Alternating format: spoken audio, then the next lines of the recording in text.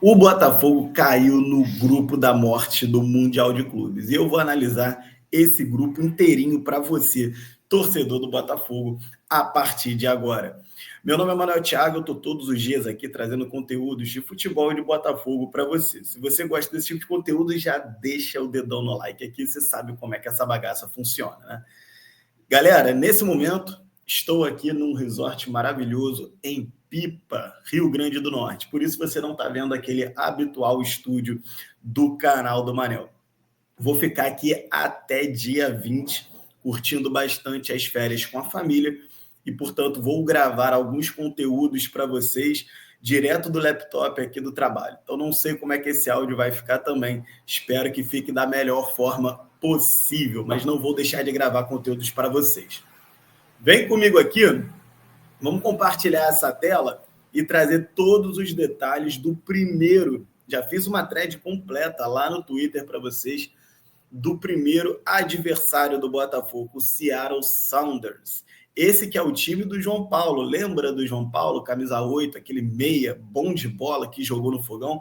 Pois é, ele joga há muitos anos no Seattle. E aqui eu vou trazer todas as informações que vocês precisam saber para conhecer o Seattle. O Botafogo jogará a estreia no Super Mundial de Clubes contra o Seattle Sounders no Seahawks Stadium. O estádio do Seahawks na NFL ele conta com 68.740 lugares, que o Seattle também utiliza e geralmente joga com casa cheia. Vocês todos sabem que os estádios da NFL são estádios maravilhosos, num padrão de qualidade acima até mesmo dos estádios europeus. Os melhores estádios europeus não batem de frente com os estádios da NFL, muito menos os estádios brasileiros, né? Então nós teremos oportunidade de jogar lá, o que vai ser muito bacana. O gramado é geralmente aquele gramado sintético, que o Botafogo já está bastante acostumado. Mas nesse caso não vai ser uma vantagem, porque o Seattle já joga no gramado sintético.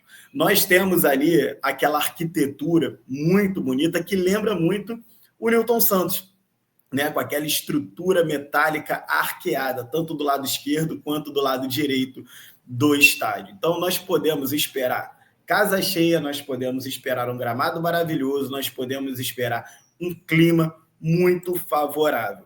Para quem não conhece a logo, né, do Seattle, pode ser novidade para muita gente, ela reflete um escudo que até lembra o do Botafogo, né, no seu formato, e ela tem essa torre.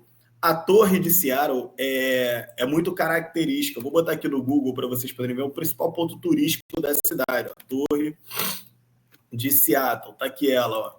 Space Needle, que é o nome dela, né? É uma torre que ela é muito característica, arquitetonicamente ela se destaca legal lá na cidade.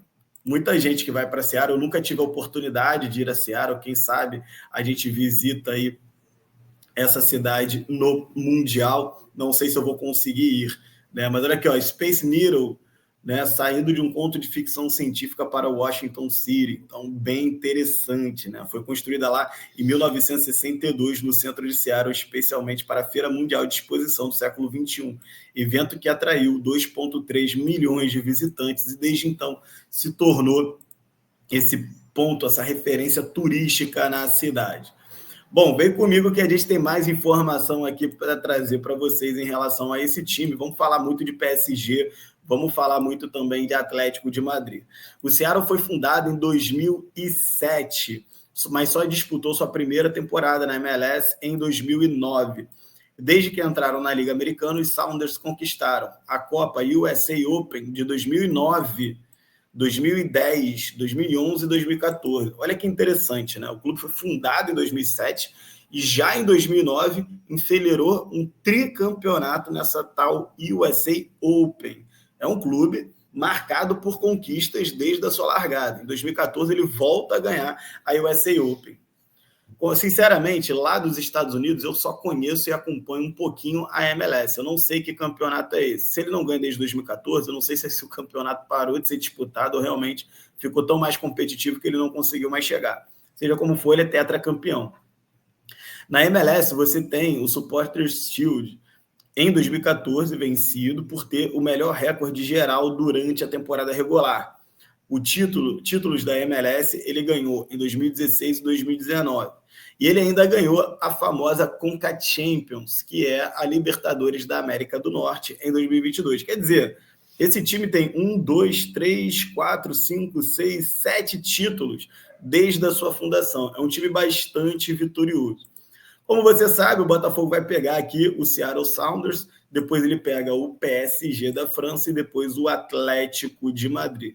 Então, bastante interessante. Vou botar aqui para vocês a classificação da MLS para vocês poderem ver como que o Seattle está nessa temporada. O Seattle é o 4º colocado na MLS com 57 pontos conquistados. Atrás do Real Salt Lake, clube de onde saiu Jefferson Savarino para poder vir ao Botafogo. Atrás do Los Angeles Galaxy e atrás do LAFC, o Los Angeles FC. Os dois clubes de Los Angeles. Los Angeles estão com 64 pontos, disputando cabeça a cabeça a liderança da Conferência Oeste. De outro lado, você tem o Inter Miami, que estará no Mundial de Clubes, com 74 pontos. Aí tem o Columbus, Cincinnati, Orlando e por aí vai. Bastante interessante, tá? Bom, essas são informações do Seattle, que é o clube que a maior parte dos torcedores do Botafogo não vão ter nenhuma informação. E é claro, meus amigos, que a gente tem uma total expectativa que, apesar de ser um clube com algum investimento e alguns bons jogadores, que o Botafogo possa fazer o dever de casa e conquistar 3 pontos contra ele. Afinal de contas, é o Seattle que realmente é o clube mais acessível desse grupo. O Botafogo, para quem não sabe, ele caiu no pote 3. Por que isso? Porque apesar de ter ganhado a Libertadores, no ranking da Conmebol, o Botafogo ficou posicionado atrás do Flamengo, do Fluminense e do Palmeiras. E aí, ele não pôde ser cabeça de chave, como os outros 3 brasileiros foram. Esse foi o real motivo pelo qual o Botafogo não foi cabeça de chave, foi o ranking da Conmebol. Quem cai no pote 3 pega necessariamente os times do pote 1 e pote 2. O pote 1 era composto por cabeças de chave da Europa, os mais fortes e poderosos da Europa. A gente poderia ter pego o Real Madrid, a gente poderia ter pego o Bayern de Munique, acabou pegando o PSG, que sinceramente eu acho mais acessível do que os outros, embora seja favorito. Vamos ser honestos aqui, o PSG é favorito contra o Botafogo pela qualidade de seus jogadores. Muito embora o PSG hoje não esteja jogando muita bola. Mas eu faço uma ressalva a você, torcedor do Botafogo, que o PSG, lá no meio do ano que vem, cara, vai ter atravessado 2 janelas de transferência, vai poder ter arrumado o time da melhor forma. Então, a gente não tem a menor garantia de que o futebol jogado hoje vai ser refletido lá no futuro. O próprio Botafogo vai passar por 2 janelas de transferências, pode perder jogadores. O Almada recentemente declarou que não deve jogar pelo Botafogo Super Mundial. O Luiz Henrique está recebendo propostas aí o tempo inteiro.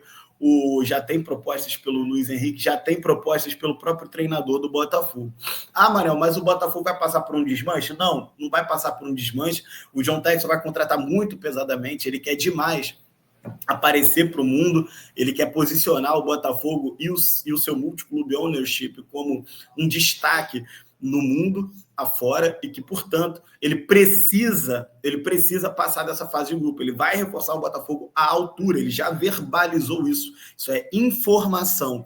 Podem sair esses 2 jogadores, Almada e Luiz Henrique, eventualmente, ainda não é certeza de que sairão, até pode, mas outros 4 virão. Ele falou isso. Eu formei esse time em torno de 2 jogadores craques, Almada e Luiz Henrique, e no ano que vem eu vou formar esse time em torno de 4 grandes jogadores. Vamos ver como que ele vai fazer isso efetivamente. O PSG nessa temporada, vamos colocar aqui no Google para você poder ver, ó, o PSG classificação, aqui, ó, para você poder ver. O PSG é aquilo que todo mundo já sabe, né? Ele é o líder do campeonato francês. Ele vem de 4 vitórias consecutivas e um empate, seguido ali pelo Olympique de Marseille, que já está 7 pontos atrás. O PSG tem 0 derrotas, 3 empates e 10 vitórias. Seguido pelo Mônaco, o Lille e o Lyon do John Textor. Gente, a gente sabe que lá dentro da França o PSG dá as cartas, né? Não tem como ser diferente. O investimento que existe no PSG é muito grande e é claro que no Super Mundial ele chega para poder passar da fase de grupos. O azarão aqui é o Botafogo. Mas, de novo, eu acredito que o Botafogo tenha totais condições de pegar aí o PSG. Do outro lado, para mim, o clube que é mais favorito nesse grupo, de fato, é o Atlético de Madrid. Recentemente, Atlético de Madrid e PSG se enfrentaram pela Champions e o Atlético de Madrid acabou até vencendo o jogo. De novo, o Atlético vai passar por 2 janelas de transferência, tem muita água para rolar daqui até lá. O time que vai chegar lá pode chegar numa má fase, pode chegar numa boa fase. São 6 meses de distância entre o sorteio e também o jogo. Seja como for, o Atlético de Madrid hoje é o terceiro colocado, 5 pontos atrás do Barcelona, 1 ponto apenas atrás do Real Madrid, e ele vem de 4 vitórias consecutivas. Cara, minha análise sobre esse grupo do Botafogo no Mundial de Clubes é que foi um bom sorteio. Claro que ao invés do Atlético de Madrid, todo mundo preferia pegar o Salzburg, mas, enfim, Botafogo nada é fácil, né, galera? E pegar o PSG, eu acho que foi uma boa sorte vindo do grupo 1 e uma má sorte vindo do pote 2, né, do grupo 2. Então, dentro do equilíbrio que poderia ser, é isso. Se o Botafogo tiver com seus jogadores, os seus melhores dias, jogando futebol no nível que atualmente vem jogando, é um futebol de nível europeu e a gente pode conseguir, sim, essa classificação. Seja como for, vamos pensar primeiro no São Paulo. O Botafogo tem ganhado do São Paulo domingo para ser campeão brasileiro. Ele está a um empate de ser tricampeão nacional. E a partir daí, a gente passa a pensar no Mundial Intercontinental de Clubes contra o Pachuca na quarta-feira, depois contra o Al-Ahly do Egito, o Real Madrid da África, né? O clube mais vencedor do futebol africano, para que então a gente chegue na grande finalíssima contra o Real Madrid. Eu acredito. E você que está aí do outro lado, acredita também? Me conta aqui nos comentários qual é o desempenho que você acredita do Botafogo contra o São Paulo, contra o Pachuca, o Al-Ahly, Real Madrid e também lá no Super Mundial de Clubes. Um grande abraço para vocês que ficam e fui!